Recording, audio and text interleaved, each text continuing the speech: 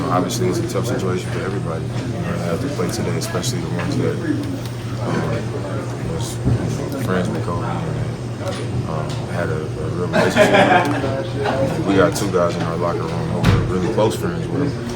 And then guys like myself and CJ who actually had a friendship with him and was familiar with him. So and we're not the only ones. I'm sure there's a few guys on each team who feel the same. And, also guys that looked up to him, who he's their hero. And coaches that he played against and that he played for. It's just the referees included. I mean, everybody, felt the way today. Was hurt today, but we had to carry on. So I think it was the right decision for us to go out there and compete in his honor. I think that's what he would have wanted. And I just think that was what was on everybody's mind. Obviously, throughout the game, you think about it. And like I said earlier after the game, the timeouts and just random dead moments of the game, he's on your mind because it's just such an unfortunate, sad situation. But it was just a tough game to play as far as your energy and where your heart is, to say the least. Damian, you had mentioned pregame you didn't know you guys were going to go out there and play. How did you? Was it like, did you put it behind you or did you use it? No, I wouldn't say I used it or put it behind me. I just kind of played the game.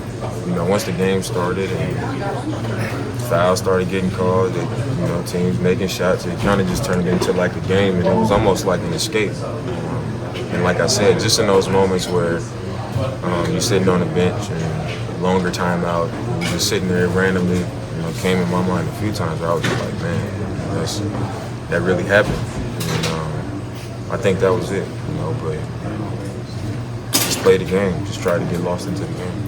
You said that you and Kobe had become friends. What was it about your relationship that you were reflecting most on today?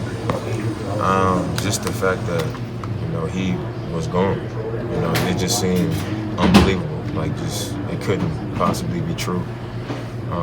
But the thing that stands out to me the most is just how every time I ever reached out to him, every time I, tried to speak with him, he got back to me. He would text back, he would call back. The thing about it, like, he's Kobe Bryant. How many people are pulling his leg and trying to reach out to him and get in touch with him? How many players? So that was just special to me.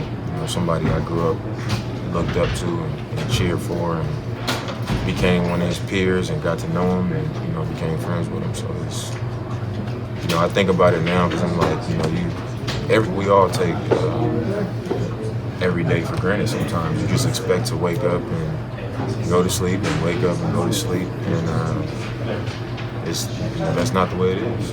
Things happen, so this is really unfortunate. Is there a memory of playing against him that stands out to you? I think, the very first game of my career was against Kobe. Halloween night, 2012.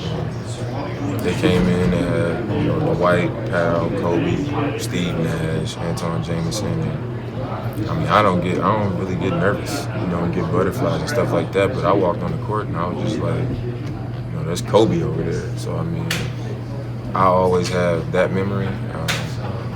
And even his last game, I remember we had a game the night they played their last game, and we was keeping track of what he was doing, at the arena. So it just shows how much of a legend he is. Dave, that your rookie year too, I think it was one of your last games. You and him went back and forth. Yeah, I remember LA going, it was Dame versus. Yeah, that was the game before he got hurt. You remember going head to head, yeah. Yeah, we had a lot of guys sit out, and best player I ever played against. I don't know what else to say.